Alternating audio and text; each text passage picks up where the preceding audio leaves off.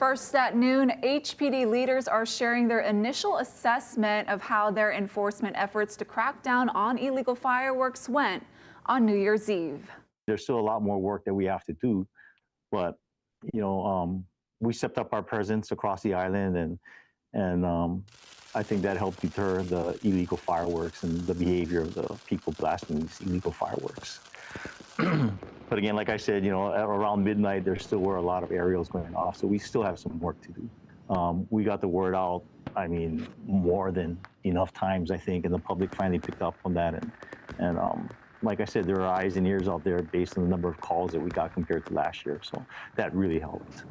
HPD says it responded to nearly 600 calls for fireworks violations, and officers arrested 2 people. More details on those arrests and the number of citations issued will be coming Monday morning at a joint press conference with the State Department of Law Enforcement. Meanwhile, we're getting new images from Maui of a home that was damaged by aerial fireworks.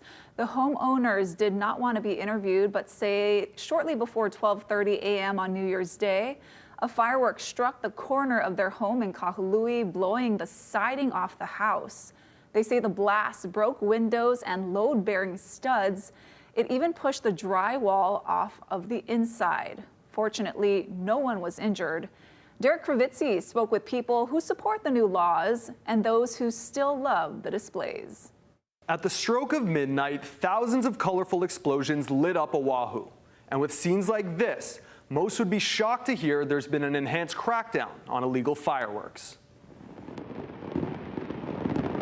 Perched atop the Maili Pillbox Trail, aerial blasts light up leeward Oahu. And although many eagerly await the celebrations, for some, New Year's Eve is a night preceded with dread and later replaced with anxiety. People have to understand that it's dangerous, and it's not something that they should be playing with. We saw mostly blast-type injuries, which is something that you don't typically see from legal fireworks. Many hope that last year's deadly blast in Aliamanu that claimed 6 lives and left 20 injured would prevent further tragedies. But sadly, this year's parties left 6 people hospitalized in serious condition, including a 7-year-old girl who severely burned her arms and legs in Kaneohe. Those who support the aerials say a ban won't prevent injuries, but education and regulation might.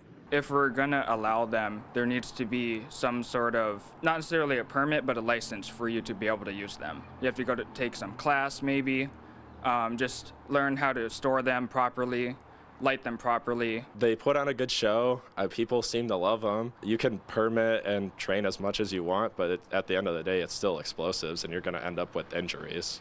Although HPD and state law enforcement beefed up patrols and even used drones to catch violators in the act, police say out of nearly 600 fireworks calls, they only made 2 arrests, a 51-year-old man in Haleiwa and a 24-year-old man near Ala Moana.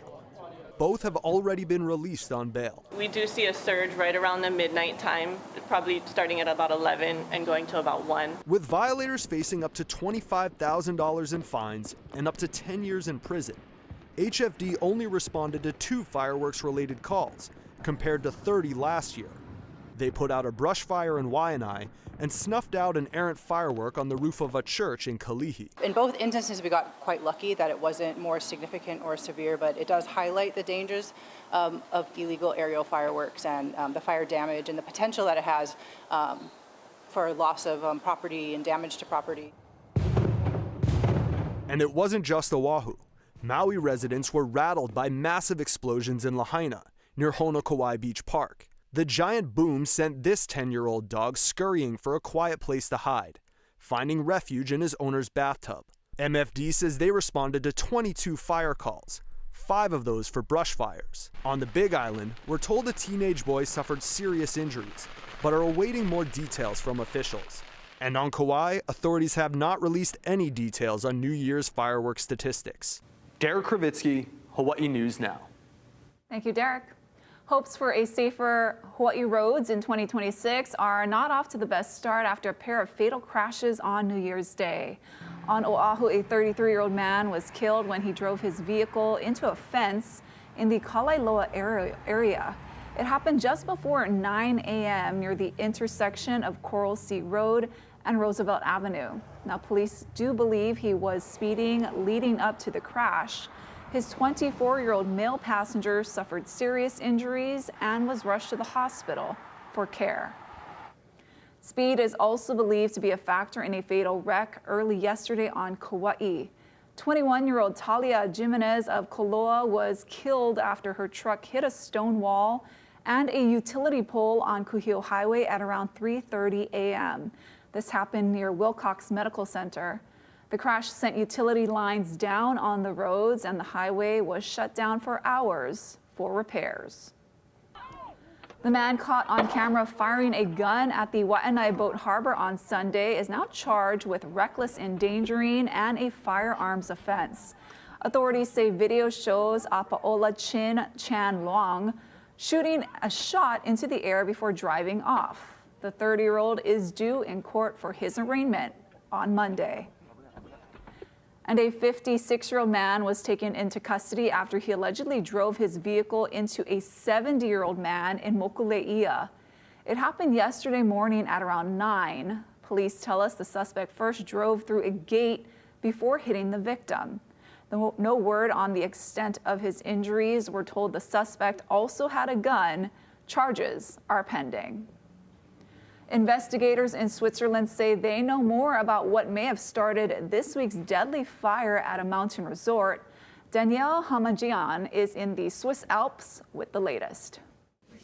Well, we've just heard an update by Swiss officials, and they now acknowledge that the fire behind me at Le Constellation Bar on New Year's Eve likely started due to those sparklers that were placed inside the champagne bottles and then hit the ceiling, and that's how the fire started. They say they've seen those videos circulating online, but they say it's only part of the story and they still need to piece together the chain of events. Now, in terms of those injured, 119 in all. The vast majority of them, 71 of them, are Swiss nationals. The other are French, Italian, and other European nationalities. 50 of the injured will be taken or have already been taken to specialized units across Europe. That just gives you an idea of how overwhelmed the hospitals here in Switzerland have been over the past 2 days. Now, whether or not criminal charges will be laid remains to be seen. For now, as that investigation proceeds, the priority is identifying the dead, and they say they'll be working with a specialized team that will be collecting fingerprints, collecting DNA samples from families, looking for specific objects like jewelry that the victims would have been carrying on them at the time in order to identify the 40 who have died. They acknowledge how unbearable the wait time is for the families, but they are determined to get it right, and they say they are working day and night to make it happen. Danielle Hamamjian, NBC News in Crans-Montana in the Swiss Alps.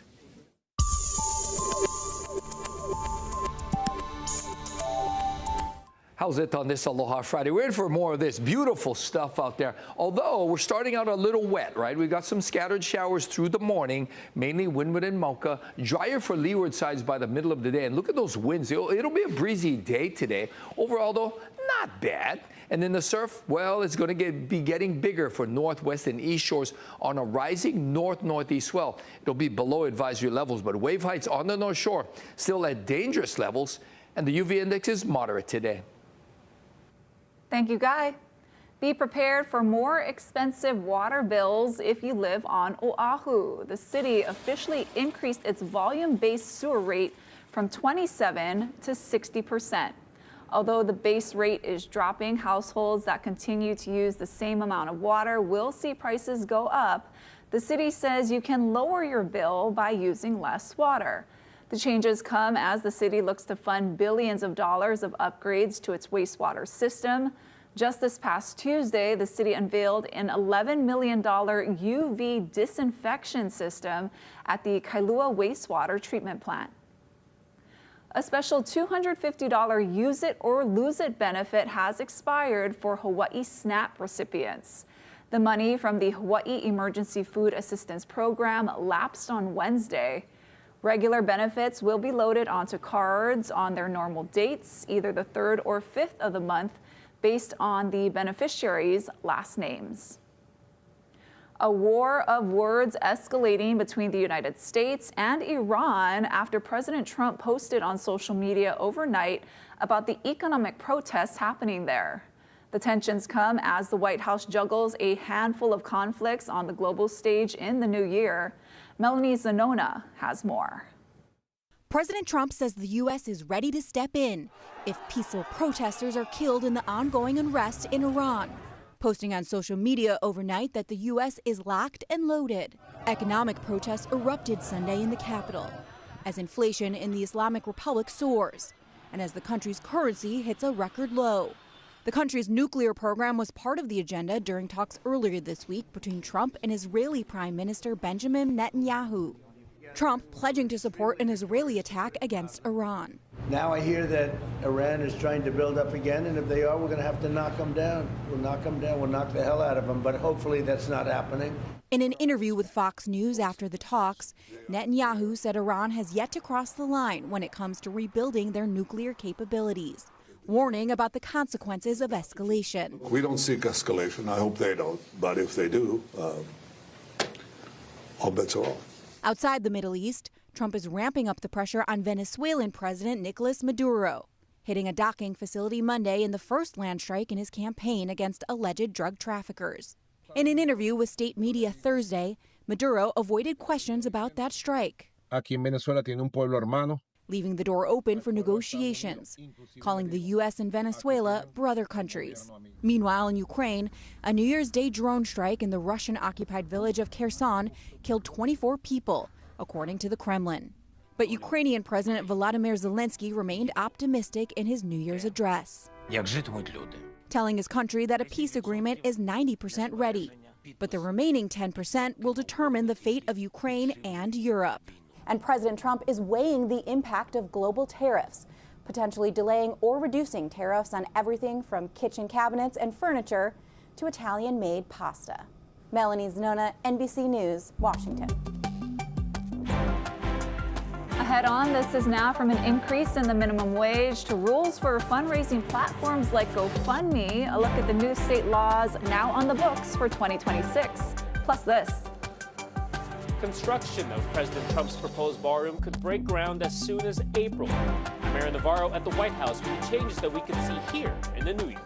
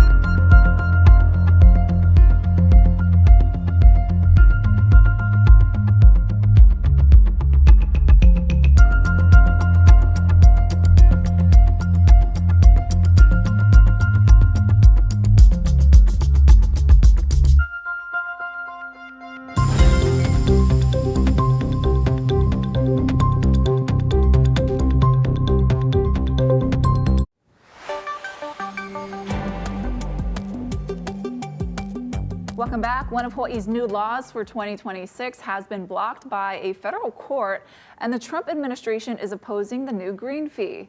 Daryl Huff has more on other laws that will be welcomed by taxpayers and young families.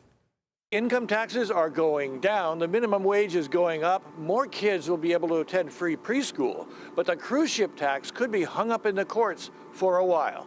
The tax on hotel rooms and vacation rentals goes from 10.25% to 11% today. That's the so-called green fee to generate up to $100 million for programs to address the impact of tourism and climate change. The 11% was also supposed to apply to cruise ship cabins for the first time, but an appeals court temporarily blocked that because the cruise ship industry and the Trump administration argue it was against federal law. What's disappointing to me is that cruise ships have a massive ecological impact. They're operating in our nearshore waters. They dump bilge water, they dump gray water. Traveling via cruise ship on a per passenger basis releases more CO2 emissions in many cases than actually flying. The injunction is temporary until the appeals court can study both sides and rule, and after that it could go to the Supreme Court. Meanwhile, there are many other tax law and wage law changes taking effect. I think it's more money in people's pocketbooks. The state income tax will fall for most taxpayers by about $500 to $600 a year as the standard deduction increases. Take a deep breath for me. And doctors who treat Medicare, Medicaid, and TRICARE patients One more. will no longer have to pay the excise tax. Good. So this is a way that we can hopefully keep more of our providers here in Hawaii while also attracting providers from out of the state.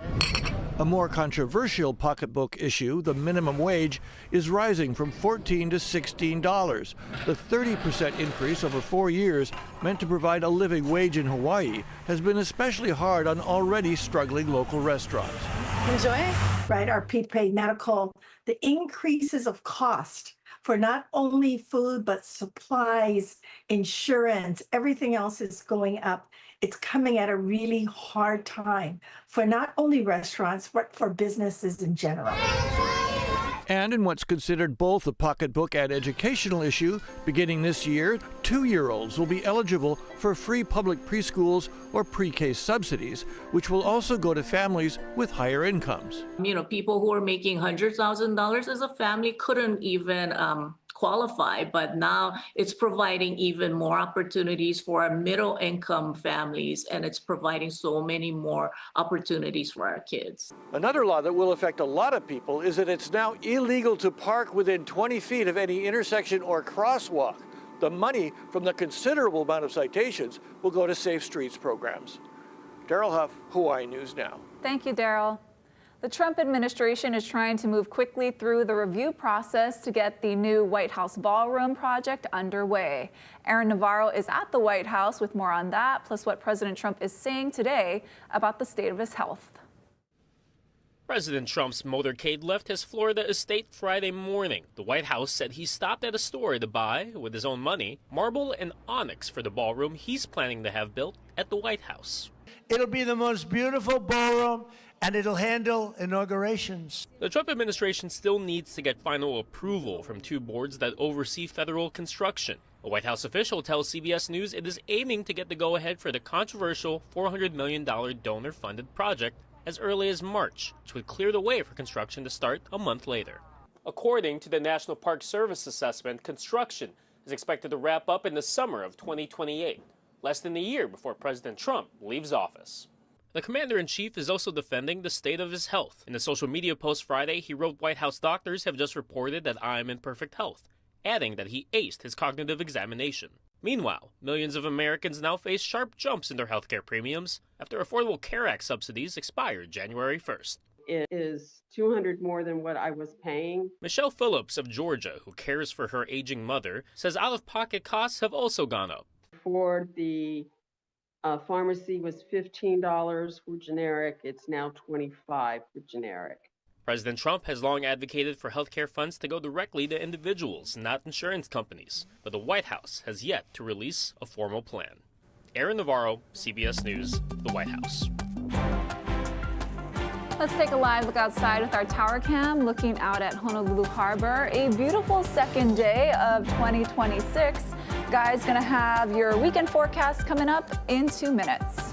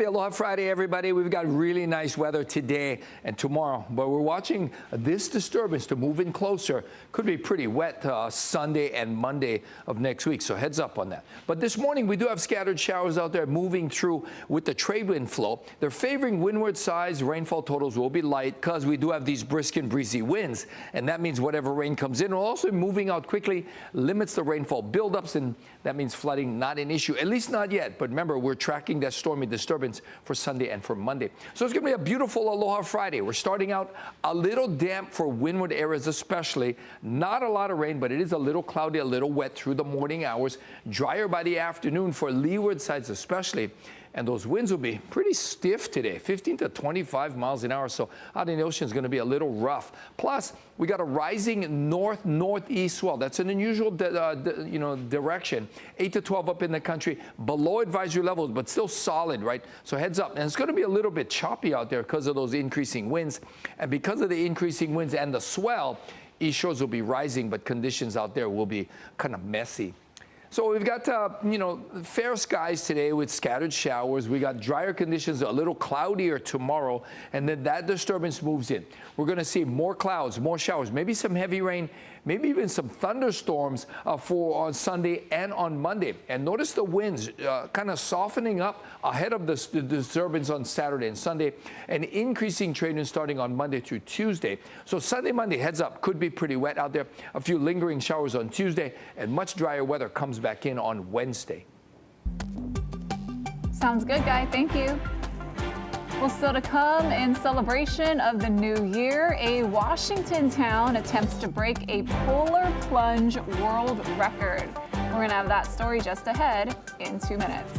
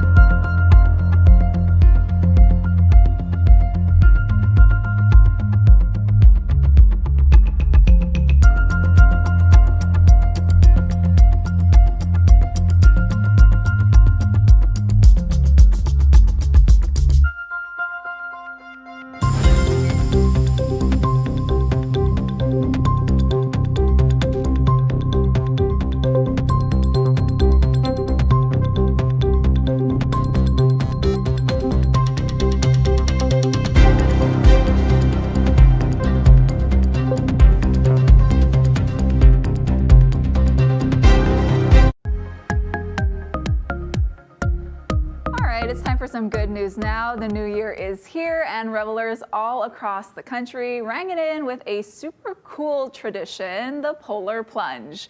And by super cool, we mean ice cold. One town took a freezing dip to try to break a world record. Jeremy Roth has a look. Several thousand fearless Washingtonians rang in the new year by making a big splash, attempting to break the world record for the largest group polar plunge ever. A sea of thick-skinned Pacific Northwest participants in the town of Birch Bay waddled into icy cold waters in hopes of wading into the record books. The official numbers are still being pinned down, but folks involved in the event say there were nearly 5,000 participants, which, if confirmed, would smash Norway's previous record of 3,134 polar plungers. The Birch Bay event was one of many held across the U.S., as this fun, frigid frivolity has become a well-known New Year's Day tradition. And although Guinness World Records has yet to officially name the Washington attempt the new king of the cold, one thing's for sure, the event certainly puts the brr in Birch Bay. A freaky frigid water phenomenon put the Erie in Lake Erie when strong winds in Michigan pushed freezing water from one end of the body of water to another, exposing a portion of the lake bed and revealing a host of random items that had been hidden below the surface. Among them were what was left of an old vehicle, an outboard boat motor, a high school class ring, and the remains of a submerged snowmobile covered in frosty barnacles. Finally, not all of the waters holding captivating contents were necessarily bone-chilling. Just take a look at this great big gathering of manatees in Florida. The Southwest Florida Water Management District shared the look on social media of the wildlife refuge waters of Three Sisters Springs on New Year's Eve, where the blubbery bunch huddled and cuddled, likely to find warmth, or perhaps to simply enjoy the renewed water quality of the once eroded shoreline, which was recently repaired and rebuilt. For Take a Look at This, I'm Jeremy Roth. And thanks for watching. This is Now. We're going to have more news first at 4 right here on KHNL. Happy Aloha Friday.